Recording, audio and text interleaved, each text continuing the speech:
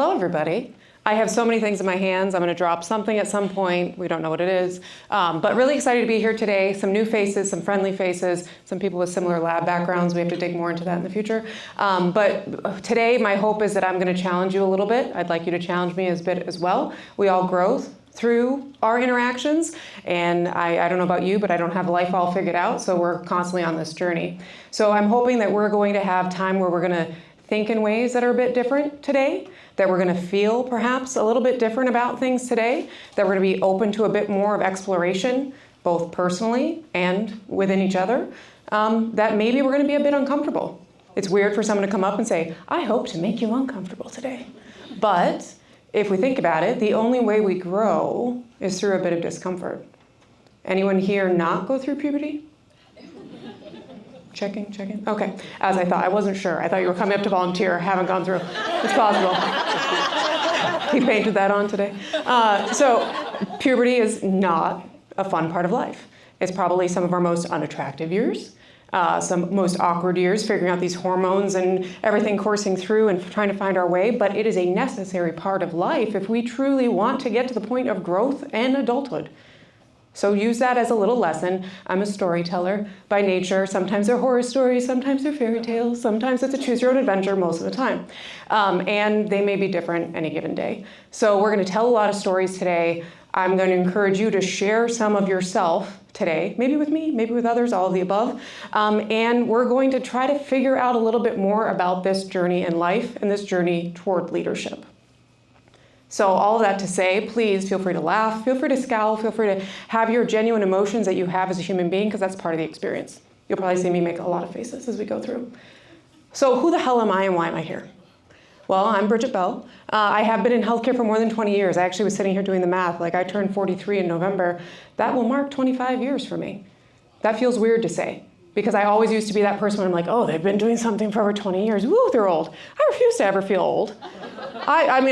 I still have a lot of spring in my step and whatever, like maybe it's delusion, but it's amazing, but it's like, yes, I have earned that, and I'm never afraid to talk about that and talk about the experiences that I've had, but it's almost like, wow, sit back on your heels for a second and go, wow, I've been kind of doing this thing for a while, and yet still don't have it all figured out. And I'm not going to fool myself thinking that I do, or lie to the rest of you, right? So my journey in healthcare has been a convoluted one. Makes it more exciting. So I started off clinically. My plan was to be a physician. So to that end, starting as a child, you have to start putting your life together. I'm kind of a planner. I'm kind of neurotic, so it worked out well. But that meant that literally at 14 years old, I was volunteering at a mental hospital, of all things. Yep, sums it up. They were like, yes, welcome, come in, you're fine. So I volunteered at a mental hospital. And at that point, I actually at one point deviated and said, maybe I want to be an occupational therapist. Because I was working with folks in the occupational therapy area and really just love that. I tend to fall in love a lot with people, with places, my heart is enormous and it gets broken all the time, but you know what? You can put the pieces back together. It might not look the same, but you can put them back together. So a lot of that too. But so from that point on, I actually started physically working in healthcare at 18. So when I was an undergrad. So undergrad, I was a major in biology, chemistry, minor in Spanish. Cellular and molecular biology for anyone who's curious. Makes a lot of sense when you talk about revenue cycle, right? No. But at any rate, so started working at the hospital, multi-hospital system in Wisconsin, and there I was doing blood draws, I was doing pathology assistant work, I was working as a diener, which is an assistant for autopsies, which most 18-year-olds like to do. I was, helping with cancer centers, the neonates, all sorts of different things. So I tend to be that person, I want to do whatever I'm doing to the best of my ability, so it's like, wait, there's a challenge.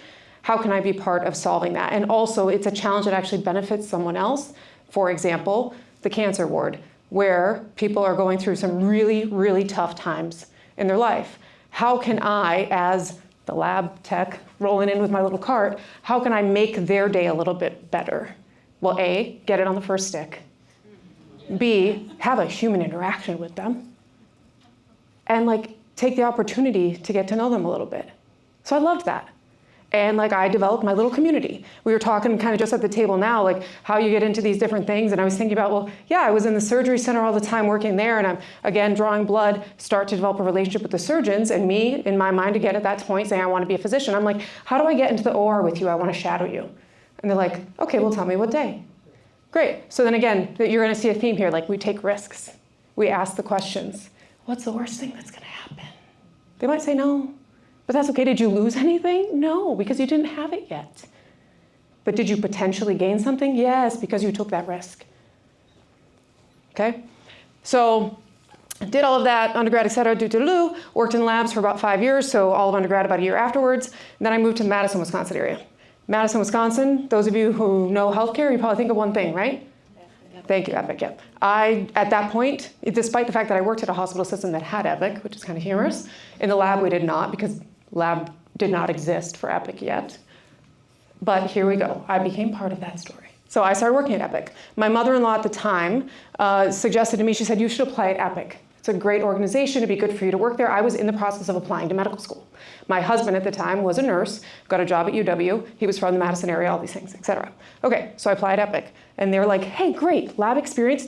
Snatch this person up, put them onto our lab team. Before it was even called Beaker, for those of you who know the Epic space, it was called Epic Lab, very fancy name. So Beaker is better than that. So I became part of that team. I was the 4th implementer on that team, part of very early days, boots on the ground for first go lives, learned a different world. I never saw myself being in a software space, right? So I then got accepted into medical school and left Epic to go to medical school. I remember also, I'm about as transparent as a day is long, so I'm a bit see-through in a lot of ways. I mean, it is what it is. I am who I am. You know what you're getting, and if you don't like it, that's okay. You can make another choice, right? But at least I'm comfortable with where I am, and hopefully other people get there too. So I went to my boss at the time, my team lead, as they call it in Epic Speak, in October, I believe, and I said, hey, I'm going to be leaving next August because I got into medical school. And he looked at me and he goes, I don't think I would have told me that if I were you. And I'm like, well, why? Use me to the full extent of your ability for all that time, but I'm also going to be honest with you and forthright and let you know what my scoop is. So I did, and he did. He was like, well, in that case, I'm going to put you on this and this and this and this, and just kind of like pile it all in. Great, appreciate it. Totally fine. So I did. I finished up my little over a year at Epic and went to medical school. So I went to medical school at the University of Wisconsin School of Medicine and Public Health, and pretty much out of the gate, you start shadowing with physicians as well, which I had also done of my own volition for multiple years with an adult hematologist oncologist and a pediatric hematologist oncologist. And then kind of out in the world at clinics. I'm also a child of an immigrant, a wife of an immigrant now, and also fully bilingual. And so working in clinics, helping folks in that regard, which I really enjoyed. However, something I really didn't enjoy was the prospect of putting my life on hold for a long time. So again, 42 years old now. One of my closest friends from school just this last summer started his first real job because of all the fellowships and internships and things like that, depending upon your subspecialty. My plan was to be a pediatric hematologist oncologist. That's a lot of extra time, a lot of extra potential heartache as well, to get to the point that you're able to make the biggest impact in your career. So I was kind of like, I'm also not that kind of person to be shoved into a corner and told, you have to act in this kind of way, you have to practice medicine in this kind of way, even if you feel that this person perhaps needs more time from you and things like that. So I knew that wasn't going to be the right fit. So I withdrew in good standing, which, please note, is harder, I think, than getting into medical school. It requires like preparing a presentation and going before the entire admissions committee and helping them to understand why someone who's doing well would not want to stay here, because it's such a job to get in. So that was interesting. So did that, dealt with a lot of that, self-doubt bit, but more so other doubt.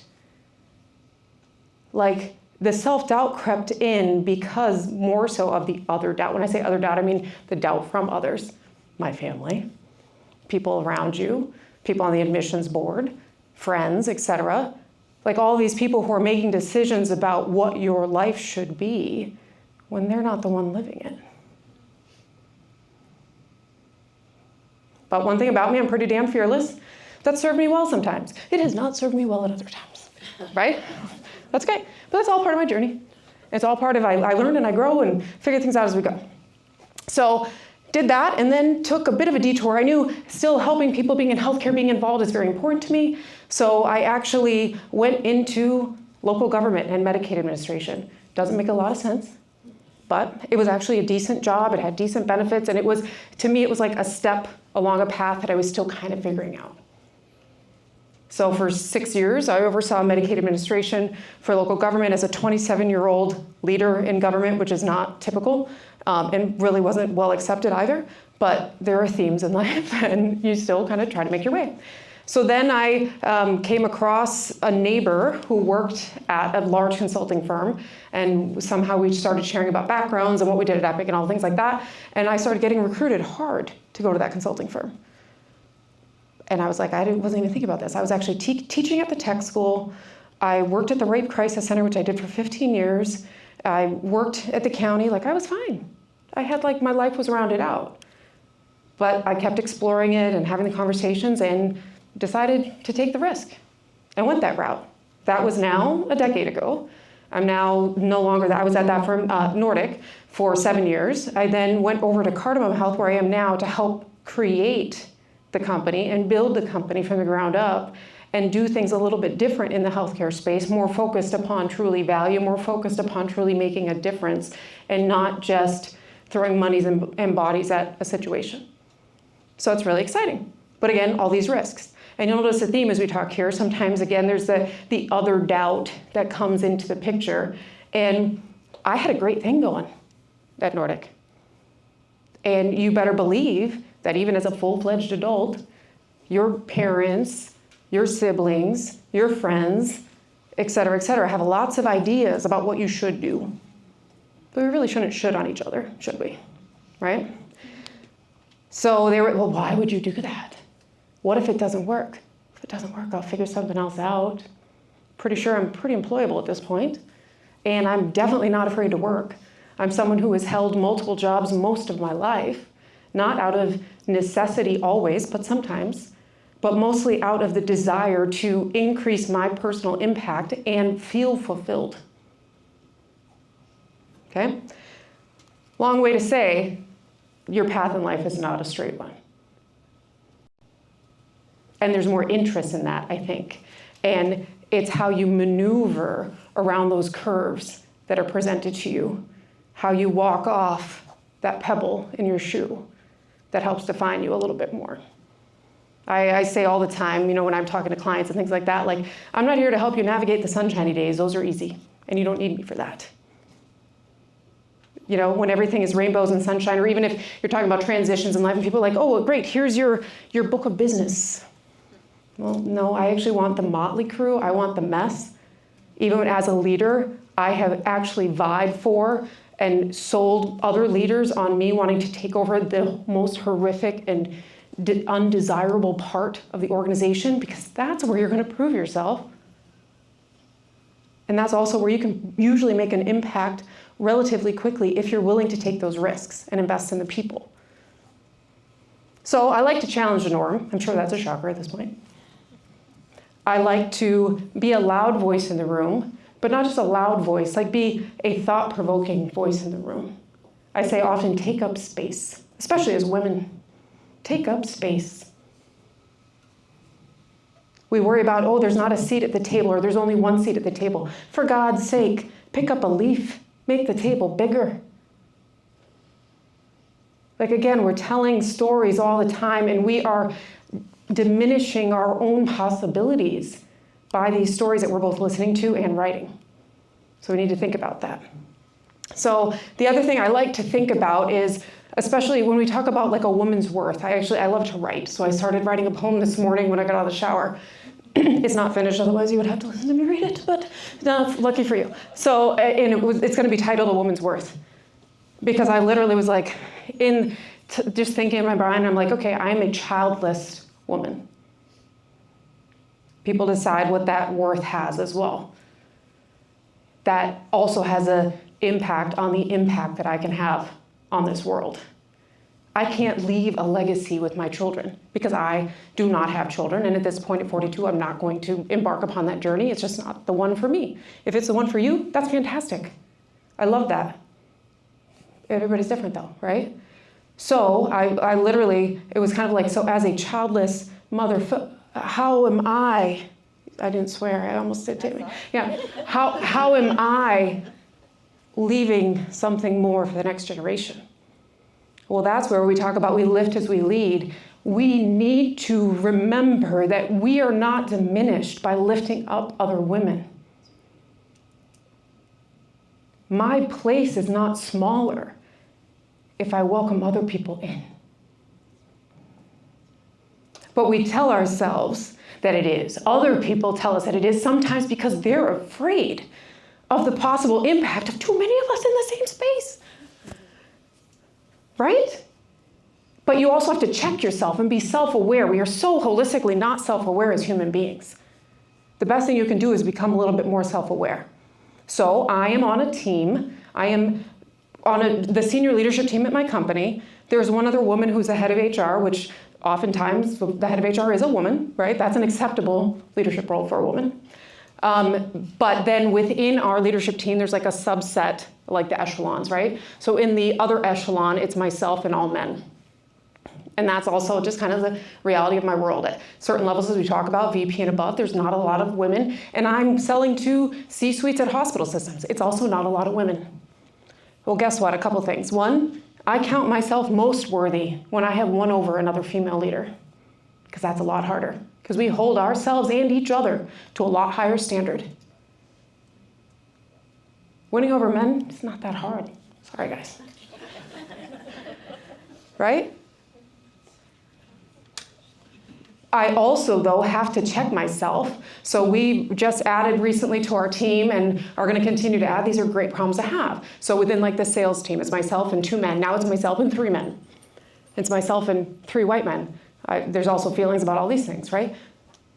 But as we were going on that journey, you know, there are people within the organization who are like, you know, I really want us to add another woman to the team. And I paid enough attention to myself to realize I had feelings about that on both sides of the spectrum. I had feelings like, but wait, does that make me shine less if there's another woman on the team? And also, well, it better be a certain kind of woman, because I'm not going to have everybody make decisions about women in these type of roles if they're not up to this snuff, and et cetera, et cetera. But then I was like, hold on a second. This is where I have the opportunity to help build that next generation, help grow, help inspire that in other people. And that's like part of my legacy, right, as a childless woman. And that's important.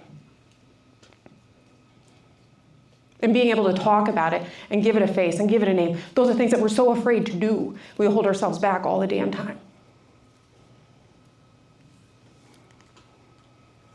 I don't know what I did. That was really cool, though. This is why I should not be given tools. I had a hard time opening the door coming in here today. I think somebody was playing a joke on me. You guys were behind me. Literally, you saw me pull. Like, my whole body went with it. And I'm like, the door doesn't work. And the next person comes up with one finger, and they're like, in we go.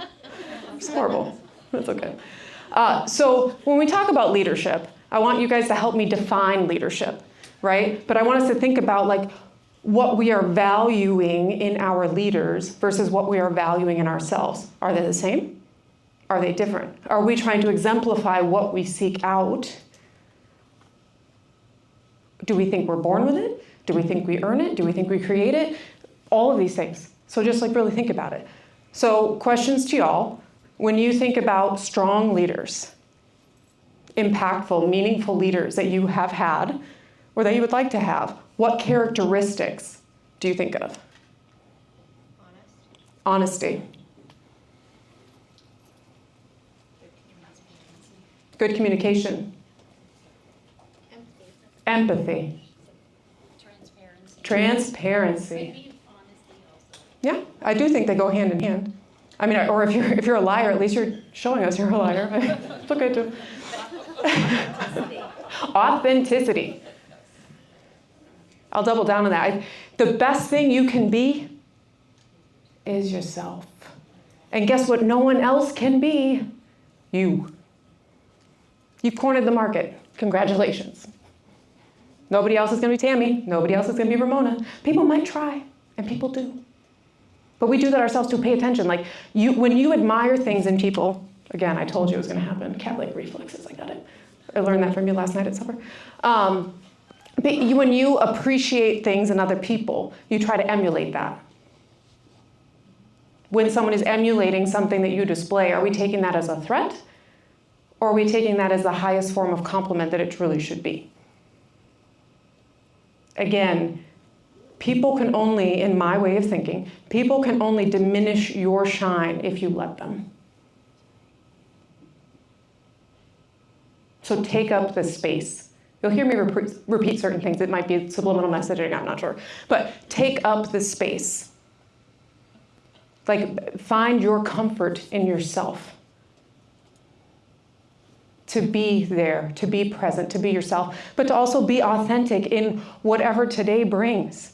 Sometimes just being open enough and being willing to be vulnerable. Vulnerability is so damn powerful. Being willing to be vulnerable and be like, yeah, this is what's going on today. That's why I'm presenting in this way. Okay, now we understand. And now you're also cutting off at the pass these people's cycles of stories that they're telling themselves about you without knowing it.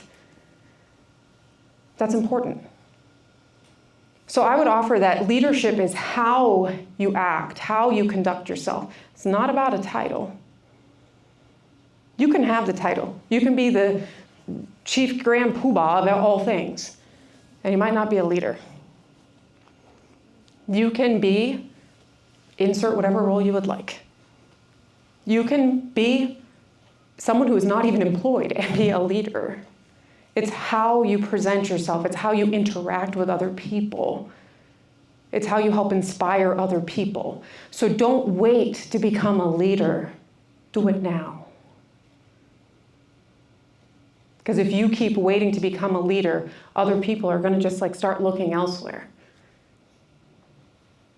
But if you show up and make people interested in learning more about you and maybe being a little bit more about you, and they generate more curiosity, you're going to see that's going to propel you into a different echelon that you didn't even probably think was possible.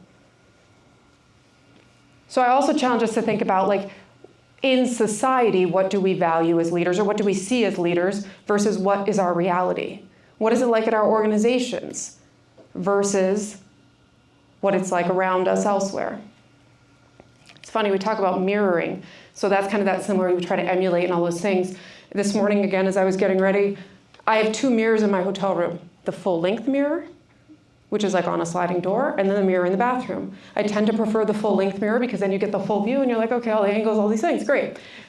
The full-length mirror, in my estimation today, it wasn't the best representation.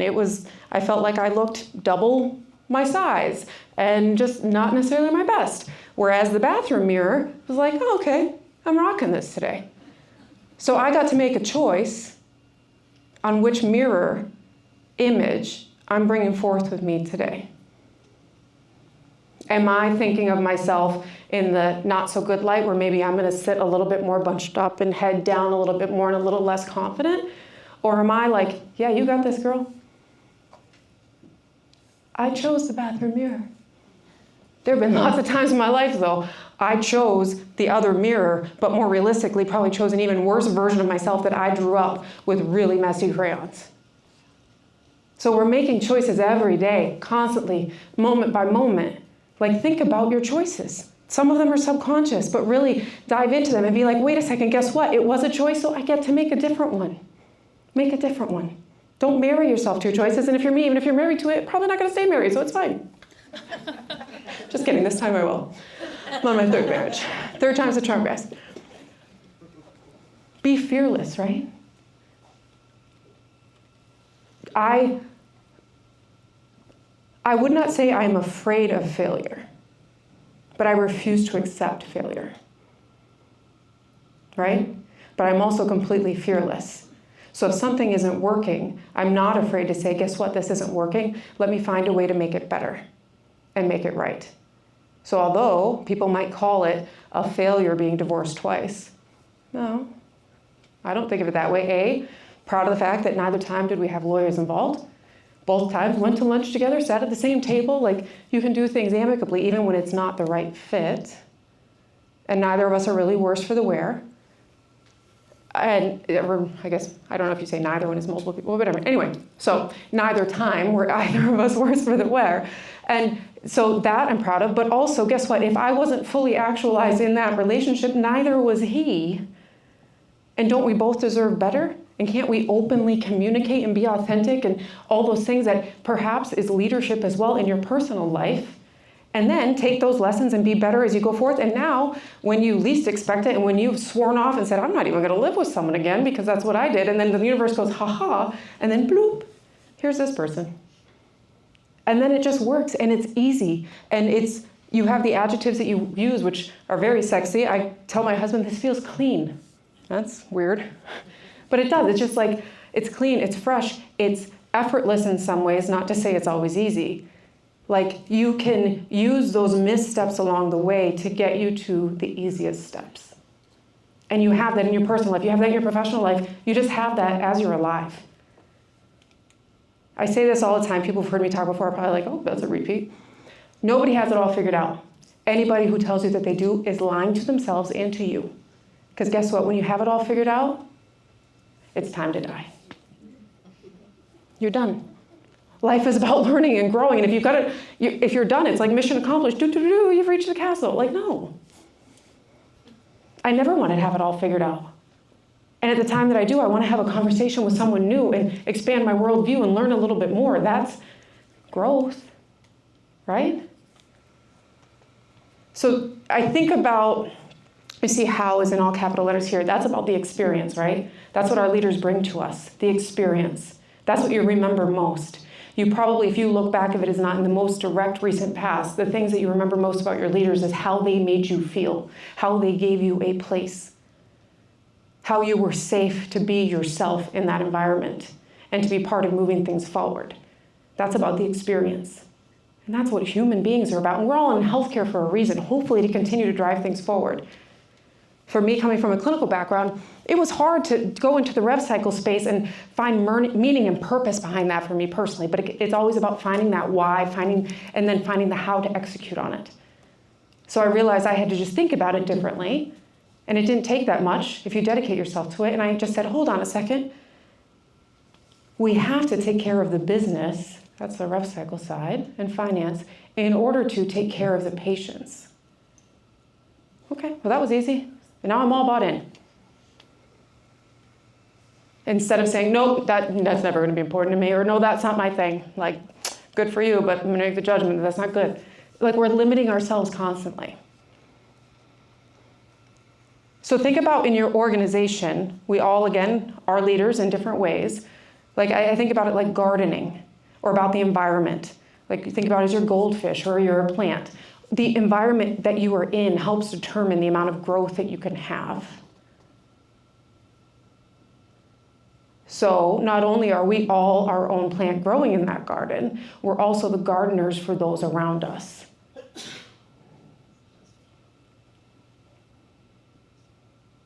So we have to be introspective, but also realize how what we're doing and how we're doing is affecting those around us. And if you were in a happy garden, if you're in a successful garden, all those things, it makes it easier because when you have a day that you got trampled, somebody had careless footfalls and stepped on you, people might walk by and still be like, that garden is really well tended and beautiful. And it's not that they're not noticing you, but they're noticing that the whole of it is still strong.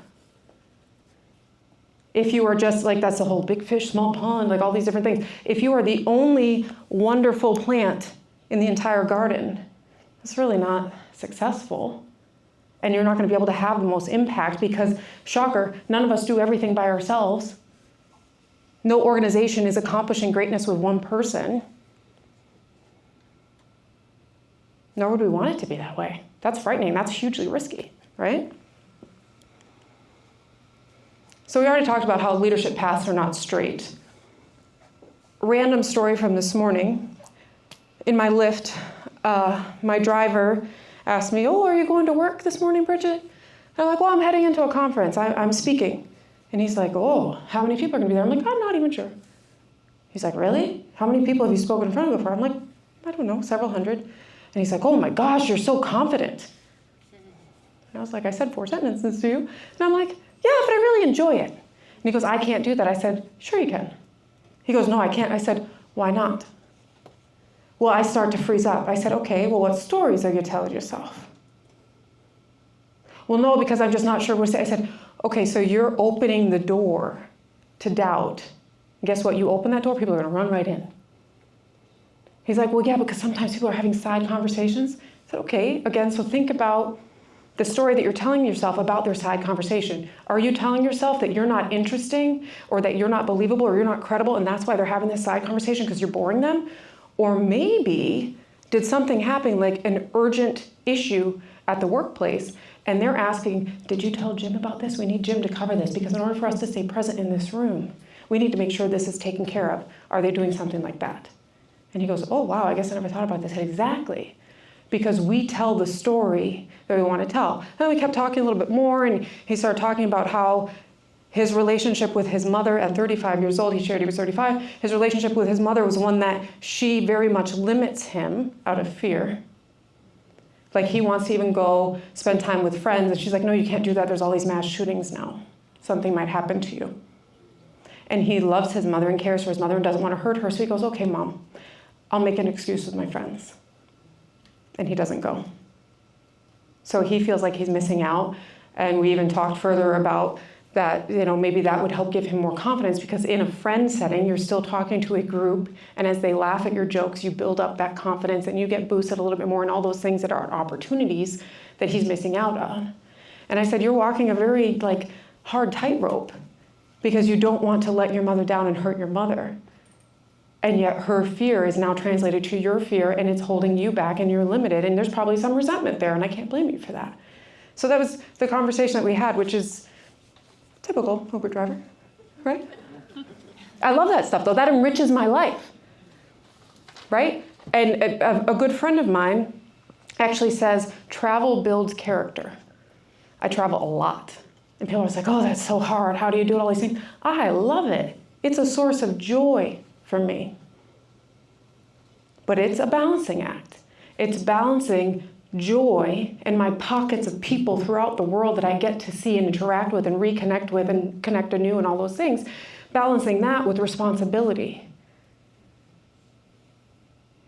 And where is that balance and how does that work? And it does require extra communication with other people and to be in a successful third marriage, to be able to have all that, but you can make it work. If I came into any travel day with a sense of dread, then I'm just limiting myself instead of a sense of opportunity and a sense of, I've signed up for this, I've chosen this for X, Y, or Z reason. Again, it's just those constant stories we're telling ourselves. So when we talk about female leaders, we can identify both internal and external barriers to leadership. So internal barriers are ones we're placing upon ourselves. Not saying it's conscious, not saying it's something we're choosing to do, but guess what? We can choose to change it or to make little efforts toward changing it. So lack of confidence, we talked about confidence. I talk about things in what I call the big C's, right? Confidence, credibility, clarity, being concise. Oh, I love it when people are concise. Makes me a little bit crazy, like it's probably a nervous tick or something, when people ramble on and on and on in a meeting, and someone asks a question, and it's like, you just needed to say yes or no. It's probably one of the biggest pieces of feedback that I give to other people on my team is, I appreciate that you want to go into the details. Let them ask more questions. Instead, answer the question, or even if you want to go into the details, answer the question first. Because usually then I'm coming around the back and I'm like, so to be clear, the answer is yes. Being heard. So think about in yourself, in an argument especially, do you feel like you're not being heard? Do you feel like, I say myself as someone who speaks multiple languages, I will be like, I feel like I'm speaking another language, and I'll insert whatever language I want for that day. Like, I'm speaking to you in the language that we both share, and yet I feel like you are not hearing me. That's a very impotent feeling and a frustrating, enraging feeling. But I challenge us sometimes to realize that instead of screaming because we're not being heard, perhaps we should whisper. That sounds weird, especially coming from me. But think about it. When you whisper, what does someone have to do to listen to you? Lean in. Right? When you scream at someone, they step back.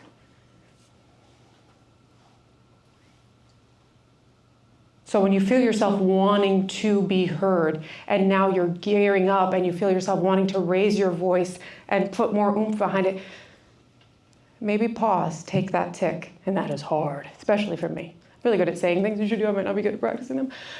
But take that moment, like harness your own power and unleash it differently.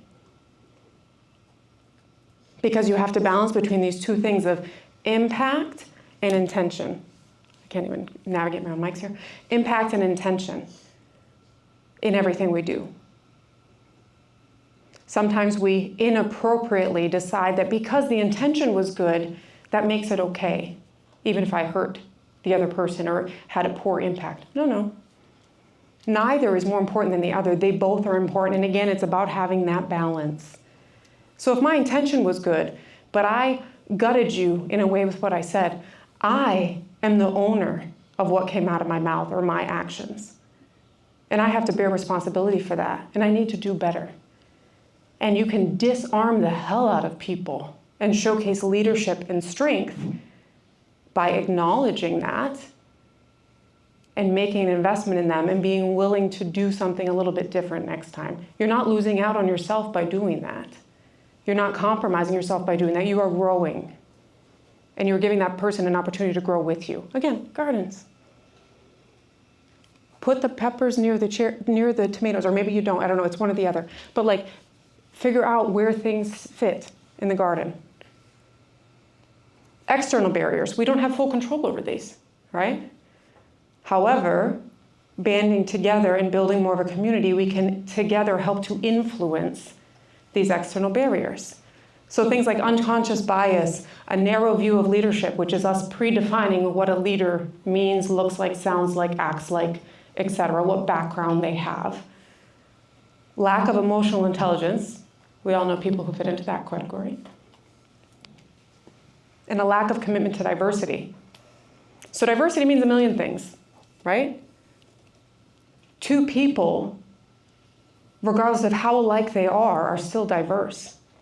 Identical twins, still between the two of them, there's a sense of diversity. Why? Because you are also shaped by your life experience and things that happen. And I guess unless literally you experience every single thing the same and have every single experience, that's not going to be the same. So different backgrounds is diversity. Backgrounds of all sorts. Not just meaning socioeconomic, ethnic, racial, gender, etc., meaning also things like, where did you grow up? Did you grow up with two parents? Did you grow up with grandparents? Did you grow up raising your siblings? Did you go to school or not? Where did you go to school? Did you pay for your education yourself or not? Like, all of these things contribute to us being different and being diverse, and that is a good thing. Again, I want to challenge us to think differently about these things and assign value to these words and to these concepts differently, because we decide everything is either good or bad, black or white, harmful or helpful. Guess what? Everything's a spectrum, and most of it's somewhere in between.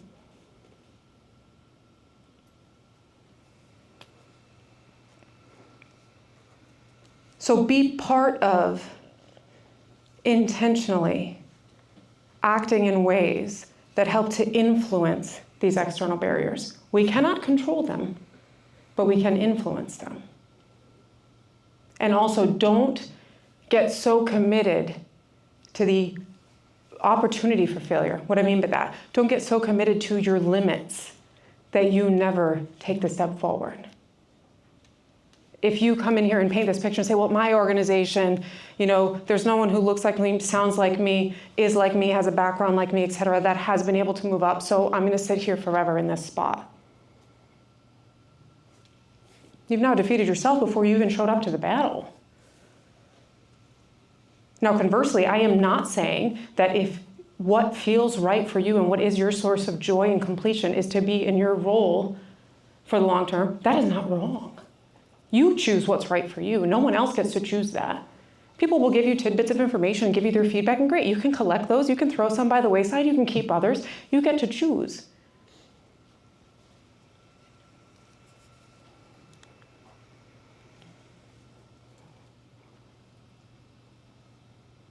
So when we think of resilience, I think of a tree. Is that weird? A couple of reasons, we'll go into them. So if we talk about definitions of resilience, of course, nothing can ever be simple. We need to have 18 definitions for every word. And then we wonder why people argue about what something means. Merriam-Webster can't agree with itself, for goodness sake. So definitions would be the capacity to recover quickly from difficulties, toughness. Okay? The process and outcome of successfully adapting to difficult or challenging life experiences, especially through mental, emotional, and behavioral flexibility and adjustment to external and internal demands. Okay? The ability of a substance or object to bounce back into shape, elasticity. And the ability of a body or person to recover from or adjust to stress, change, and misfortune.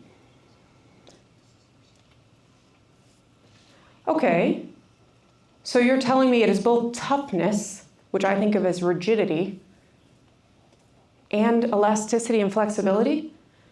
Well, hold on. Are we contradicting ourselves? Or are we both? I would offer that we are both, and we need to be both. And it's also about, again, choosing that right way to adjust to the situation so that you can survive the situation. That's where I think of a tree. I just literally last Wednesday moved to Southwest Florida because I decided, from Massachusetts originally, I've lived in Wisconsin for longer than I care to admit. And I'm just done with winter.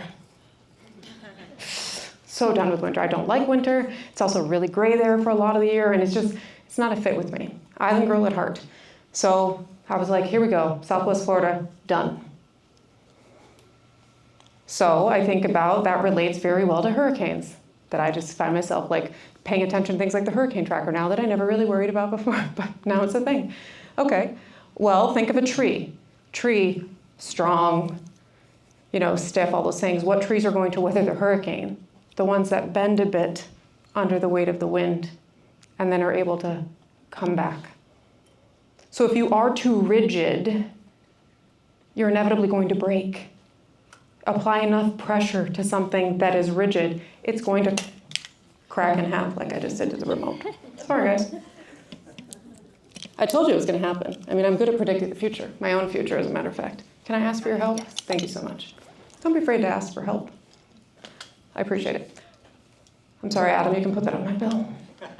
Thank you so much. Okay, I promised it and I delivered. So at any rate, so you put enough pressure upon something that is immovable, it will break.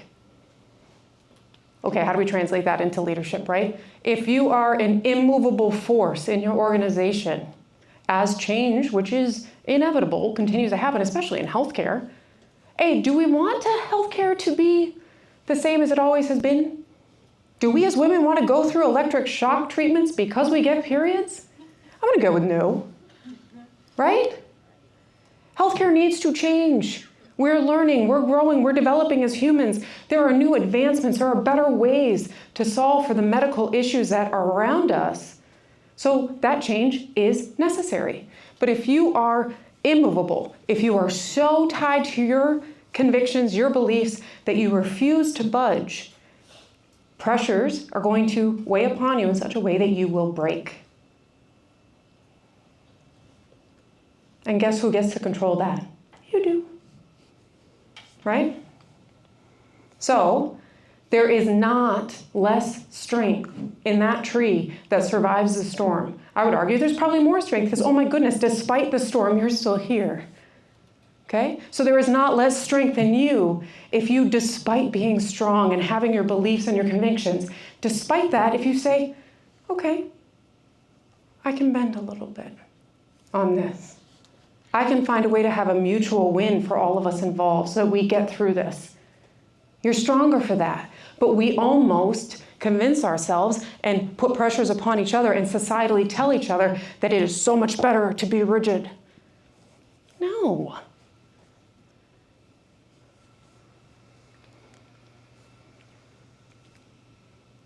So think about it this way.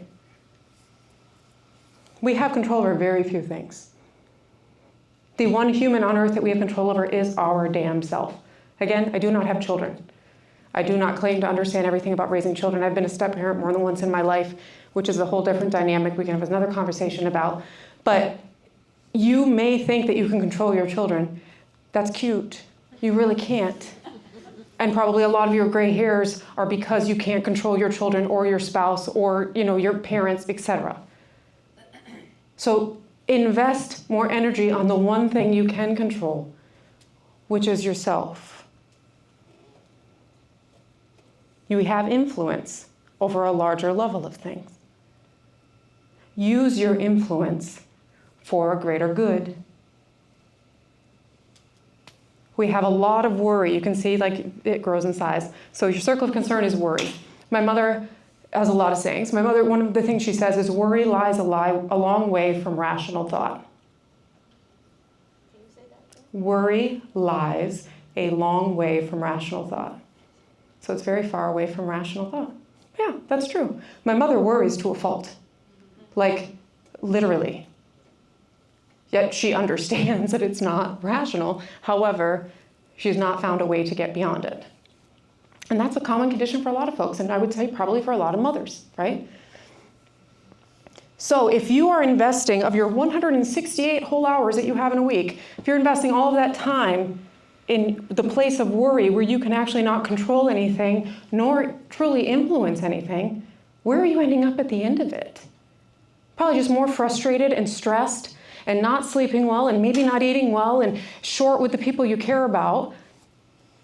Okay, instead, invest more of that time on what you truly can control, secondarily what you can influence, and drive toward outcomes. So when we talk about what contributes to being able to be resilient, again, internal and external factors, story of life, nature, nurture. So it's how you view and interact with the world. That's a part of it. So it's like how you show up and what you bring to yourself and to others, right? The availability and quality of social resources. Okay, that's external. So that means, guess what? We've all dealt with shit in our life, pardon my French. You don't have to go it alone, nor do most of us have the equipment and the tools to be able to fully go it alone and figure it all out. So the availability of those resources around us to support us as we get to a better place in our journey helps to impact how resilient we are. You take a plant and trample the hell out of it and then do nothing to help rescue it, it might come back. It might be okay. We're not sure. Someone tramples a plant and you come along and you go, oh goodness, okay, let me water it. Let me change the soil a little bit. Let me make sure that the ground around it is enough to support it as it continues to grow. It's going to have a better likelihood of continuing to grow.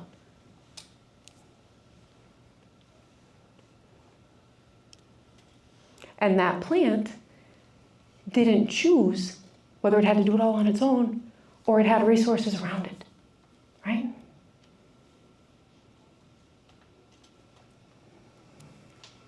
And then specific coping strategies, which we learn from members of our family, from people in professional circles, from therapists, whomever else, right? We learn coping strategies. Nobody, again, is born knowing how to cope with the heartbreaks that come along in life.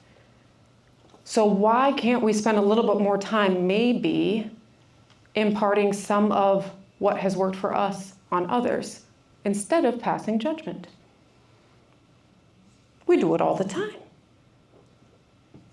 I live a lot of my life in airports, and I have started keeping track of the things that happen in airports and the true human experiences that you have in airports. So this week, we just moved last Wednesday, right? I traveled on Tuesday, I had to think, so Tuesday.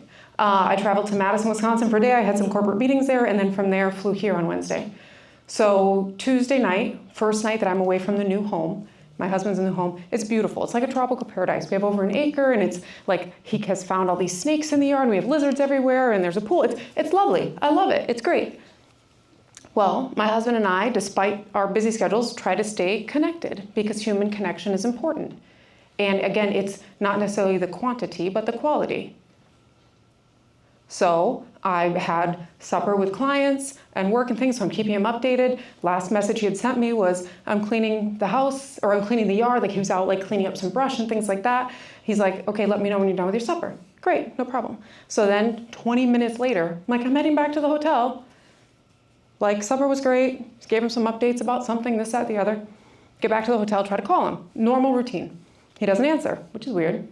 Okay, so I'm like, hey, I just tried to call you, you didn't answer. Okay, carry on. Didn't hear from him, which is completely atypical. Completely atypical. And I'm not a worry wart. I don't spend a lot of time in that worry cycle, but all of us have the points at which you cross over, right? So now this went from like 8:30 p.m. to literally 4:50 a.m. the next morning when I'm at the airport, and I hadn't heard from him at all. And I'm in that place where I'm like, do I call the police to do a wellness check? Well, we're just moving into this place. Are people going to think we're crazy? How are the police going to react there? Like, all these things. Did he get bitten by a snake? Did he drown in the pool? Did something happen? Is he hurt? Like, and then you're telling yourself all these stories and getting wound up, but also trying to think rationally, because I live like in both of those places, like we all do. Rationally, we're like, that really wouldn't make sense. How would all of that happen? What are the chances? But also, I love true crime. It's like one of the only things I watch. So I'm like, I'm literally going to be that person on the show. And then I'm sitting here going, are they going to accuse me while I'm in Madison, Wisconsin of having done something? All these things. Great. So then I'm at the airport. I check my baggage. And then my phone rings and it's him after I've probably called him God knows how many times and sent him a million messages. And I'm just really worried. I just hope you're okay. Like all these things. And it's a FaceTime call. And I answer and I look at him and I am done for. I burst into tears. Just because of all the emotion, the worry. I didn't sleep because I was constantly trying to get a hold of him and hoping that he'll hear his phone and whatever the case may be. And he's like, I'm so sorry. He had had some dental work done. He had taken like pain medication. He had fallen asleep. He had left his phone charging on the counter. Again, brand new house, so everything is not like all fully laid out like you'd think. Charging on the counter. He said, I fell asleep on the couch. I thought I slept for an hour. I just woke up. I'm so sorry. And I can't stop crying at this point, because I'm a combination of overtired and stressed and the worry. And also it was like all this hope that I'm like, we just moved and we're starting this new part of our life and all these things. And oh God, what do I do if it's this and that and the other thing? So I'm sitting here blubbering like a fool at the airport. And how many people are passing by? Tons, right? All these things. And as I'm sitting here, this one woman comes up. I'm still on the phone. She's like, excuse me, do you need any assistance? And I'm like, no, thank you. I'm okay, but thank you. She took a risk, and she was actually human, right?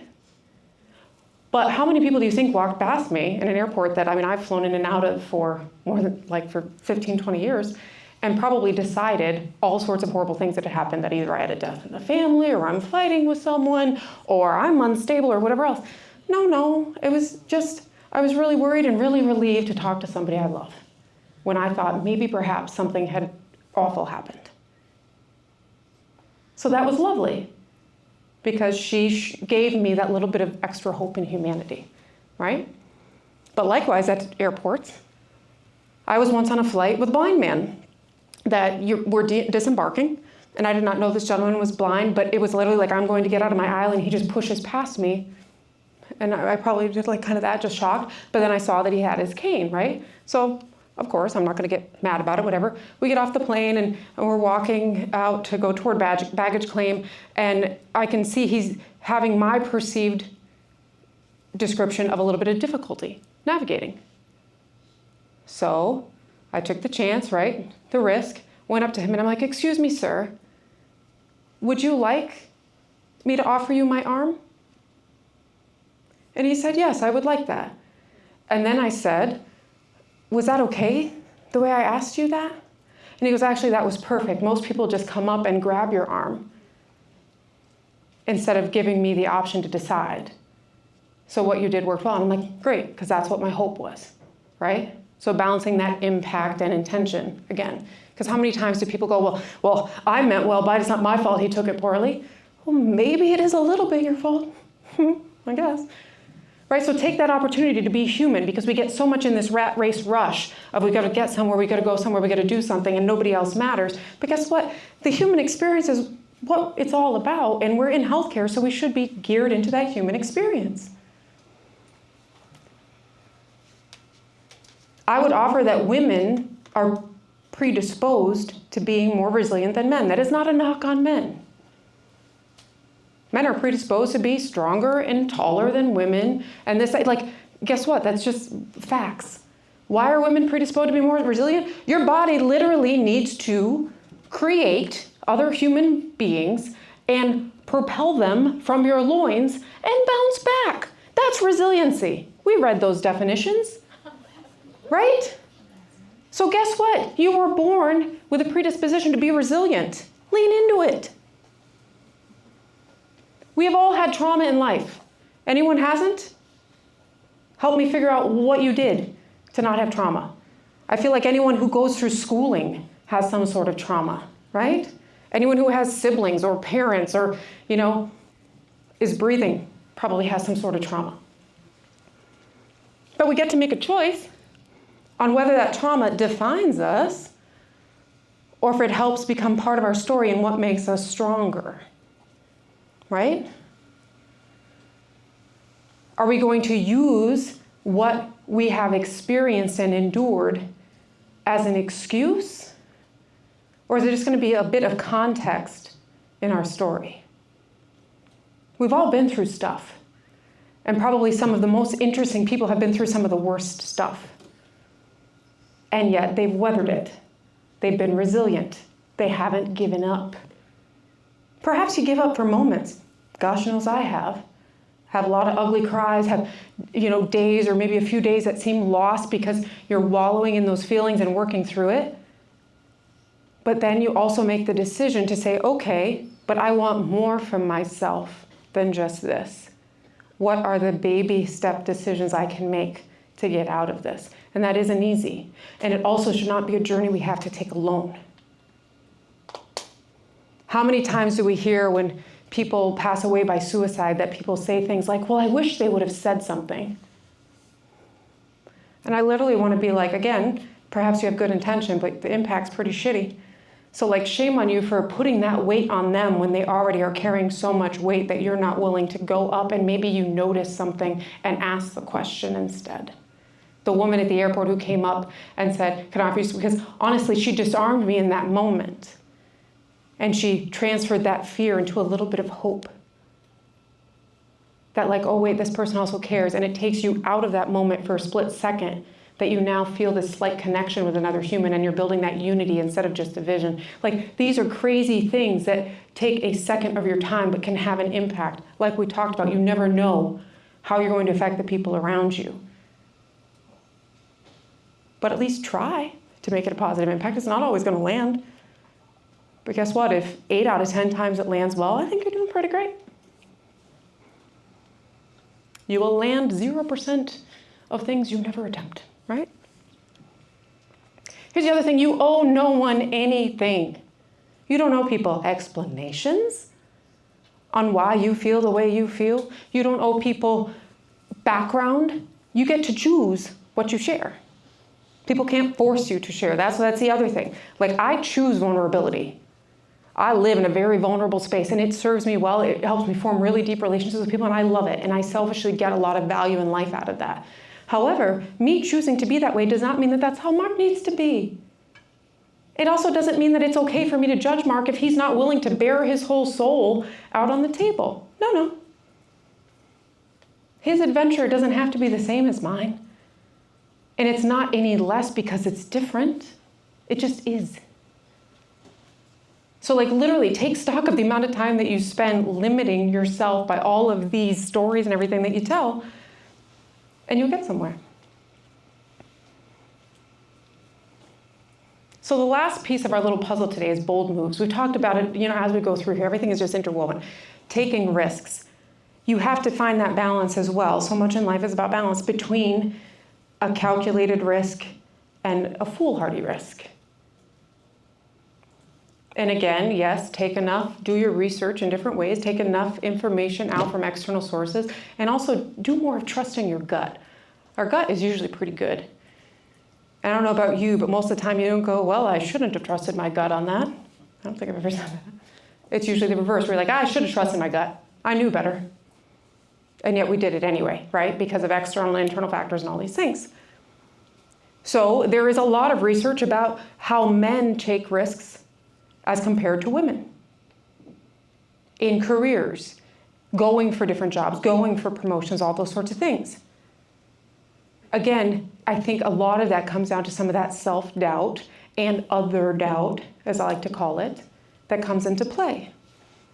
And the confidence. And I have to say, I am a very confident person. That does not mean I'm not without self-doubt. That does not mean I'm not without insecurities. Oh, good gravy, do I have them? But you can have both exist and learn how to better maneuver your insecurities and your weaknesses and increase your strengths and connect with people. And I would also offer that people are so interested in authenticity and in genuine connections because guess what? We lack a lot of that. People, especially with the social media craze, people live behind screens. And what are some of the most common things people want to watch? They're watching like these couples that are interacting and having these like fun experience and cute little interactions and dancing together and whatever else, instead of actually doing that with their partner who's on the other end of the couch. The hell is that? It makes no sense. Right? Not on social media. So. Only 168 hours in a week, guys. But think about your value system when you're taking risks, when you are evaluating risks. Decide, and again, this is a decision that is wholly yours and only yours to have. What do you value more? Is it stability that is more important to you? Is it moving up? Is that what success is? What does success mean for you? We're really good at defining failure, but we should get a little bit better about defining success and defining progress. The other thing is I think even when we do get to the point of defining success, it's like 8 miles that way. A lot of steps to get there. And it's probably a crooked path. So figure out some of the steps to get you there. And it's kind of like Paula Abdul. It might be 1 step forward, 2 steps back. That's okay. I don't know where that came from, but I like it. I like my own jokes better than most people. So thinking about like what's more important to you as well. Being noticed or being seen. Being seen, I think, means so much more. Like literally, I sometimes say to people, or people have said to me, like, I see you. To me, that means so much more. It's a depth thing. I'm an energy person. You feel people. And it's like, I see you. It's like I see into you. I understand a piece of you. Doesn't mean I agree with everything. Because I guarantee that's not the case. But I can see you and I value that.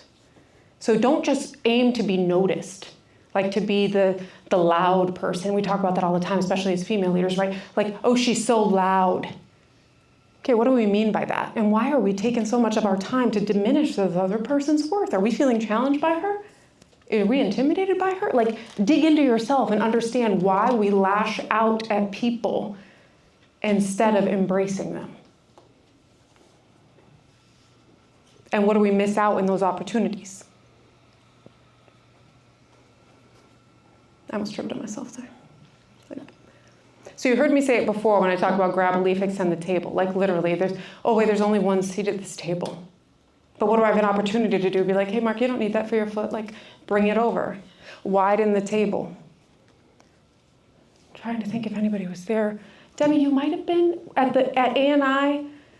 There was like a kind of organic women's gathering one afternoon. I think I'm putting you there in my mind, so that's a good thing.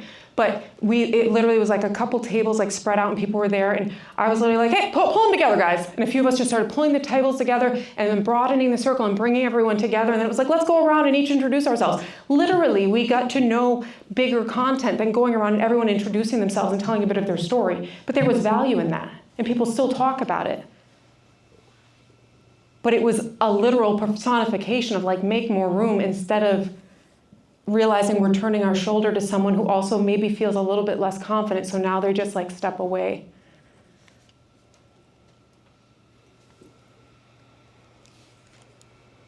The one last piece I'll touch on here is organizational safety. When taking risks and making bold moves, you have to take into consideration how safe it is for you and your organization. Like ultimately we do have to weigh things like, will I have a job if I do this? Not having a job may mean my family doesn't have health insurance.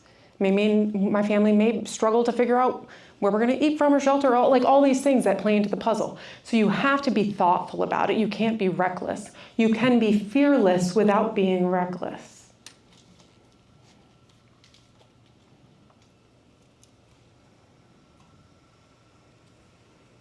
I'm sitting with that myself, right?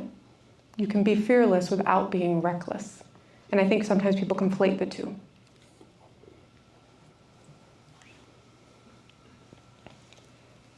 I talked a lot about stories. I feel like we told a lot of stories here today. But that's part of life, and that's part of that shared experience and how you bring people together and you relate to each other and you find these little connections within, and then it keeps it interesting. You want to continue the conversation.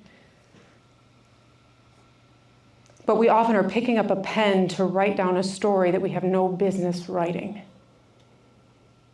We do that all the time. There must be some evolutionary basis for it, if you think about it, because so many things are rooted in things like perhaps it's based on safety. Like I'm deciding that because Ryan has glasses up on her head, X, Y, or Z, like things that aren't going to make any sense, but I'm telling myself that story, I'm repeating it enough times that now I believe it. It has become my truth, and it has helped to determine some of my behaviors toward her or toward other people that might wear glasses in the same way. It's a really ludicrous example, but literally that's what people do based upon how many other things.